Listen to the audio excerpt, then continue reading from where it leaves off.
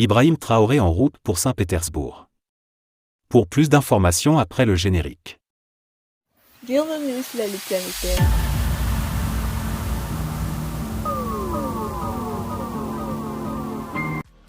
Mais tout d'abord, avant de commencer, n'oubliez pas de vous abonner et activer la cloche de notification, car cela vous permettra de ne plus manquer les prochaines vidéos. Let's go!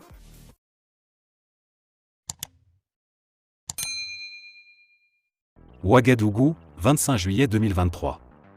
Le président de la transition, chef de l'État, le capitaine Ibrahim Traoré a quitté ce jour Ouagadougou pour Saint-Pétersbourg au nord-est de la Russie où se tiendront du 27 au 28 juillet prochain le deuxième sommet et le Forum économique et humanitaire Russie-Afrique.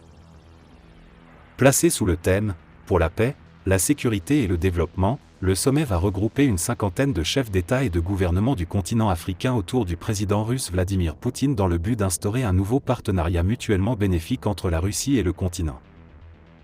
La participation du chef de l'État à cette rencontre s'inscrit dans le cadre du renforcement de la coopération voulue et affirmée entre notre pays et la Fédération de Russie dans la perspective de trouver des solutions à la double crise sécuritaire et humanitaire à laquelle notre pays fait face depuis plus de 7 ans.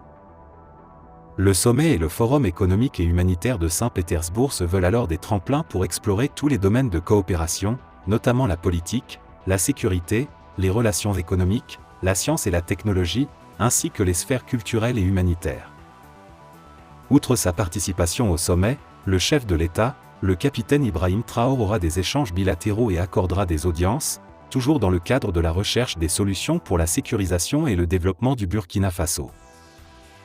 Dans son article, le dirigeant russe a évoqué l'histoire des relations entre l'URSS puis la Russie et les pays d'Afrique, en soulignant que Moscou respectait toujours le principe de « solution africaine aux problèmes africains » et était solidaire avec les Africains dans leur lutte pour l'autodétermination. Il a particulièrement insisté sur le partenariat entre la Russie et l'Afrique à l'heure actuelle où les contours d'un nouvel ordre mondial multipolaire, qui serait plus juste, se dessinaient. Le président russe a également abordé la coopération économique et commerciale, en notant une augmentation du chiffre d'affaires entre la Russie et les pays d'Afrique et en prêtant une attention particulière aux livraisons de denrées alimentaires en Afrique et à la situation concernant l'accord céréalier. M. Poutine a notamment confirmé que la Russie était en mesure d'assurer les livraisons en remplacement des céréales ukrainiennes aussi bien à titre onéreux que gratuit, d'autant plus que la Russie s'attendait à une récolte record cette année. Globalement, le dirigeant russe a fait remarquer que malgré les sanctions, la Russie continuerait à œuvrer énergiquement pour organiser les livraisons de céréales, d'aliments et d'engrais en Afrique.